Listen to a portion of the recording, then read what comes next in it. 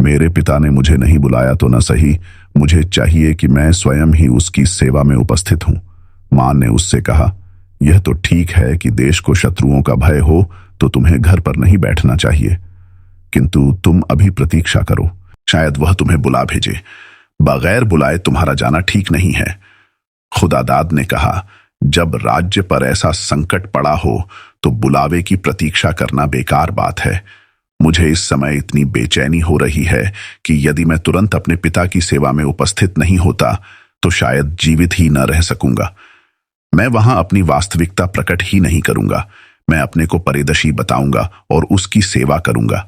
मैं तभी यह बात बताऊंगा कि मैं उसका पुत्र हूं जब वह मेरे शौर्य से प्रभावित हो जाएगा। फिर तो नाराजगी की बात ना रहेगी।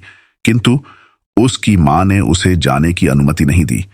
इस पर वह कुछ दिनों बाद एक सफेद घोड़े पर सवार होकर शिकार के बहाने निकला और अपने साथ कुछ विश्वस्त साथी भी ले ली। कुछ ही दिनों में वे सब हैरन पहुंच गए। खुदादाद ने बादशाह के दरबार में प्रवेश पा लिया और जाकर उसे फर्शी सलाम किया। बादशाह ने उसका वैभव और व्यवहार देखकर उसे कृपापूर्वक अपने पास बुलाया और उसका परिचय पूछा। खुदादाद ने कहा, मैं काहिरा नगर का निवासी हूं और एक अमीर का बेटा हूं। मैं संसार भ्रमण के लिए अपने देश से निकला हूं। मैंने सुना है आपको शत्रुओं ने परेशान कर रखा है। अनुमति हो तो आपके लिए रण क्षेत्र में पदार्पण करूं। बादशाह इस बात से बड़ा खुश हुआ और उसे अपनी निजी सेना का मुख्य अधिकारी बना दिया। खुदादाद ने कुछ ही दिनों में उस सेना को सज्जित और शिक्षित कर दिया और उसके नायकों को भी पारितोषिक और सम्मान देकर प्रसन्न कर दिया। मंत्रीगण भी उसके व्यवहार से मुग्ध हो गए। दरबार में उसका सम्मान सारे शहजादों और सरदारों से अधिक होने लगा। उस पर बादशाह की कृपा अधिकाधिक हो गई। उसने सेना का विस्तार और सुप्रबंध किया। यह देखकर राज्य के शत्रुगण भी बगैर लड़े अपने देशों को खिसक गए। बादशाह ने अपने बेटों के प्रशिक्षण का भार भी खुदादाद पर डाल दिया।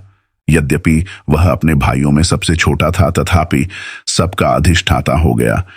इस बात से शहजादे उससे और भी जलने लगे। वे आपस में कहने लगे कि हमारे बूढ़े पिता को जाने क्या हो गया है कि इस परदेशी को इतना चाहने लगा है कि हम सब पर उसका आदेश चलवा दिया है। उन्होंने एक मत से कहा कि यह स्थिति असह्य है।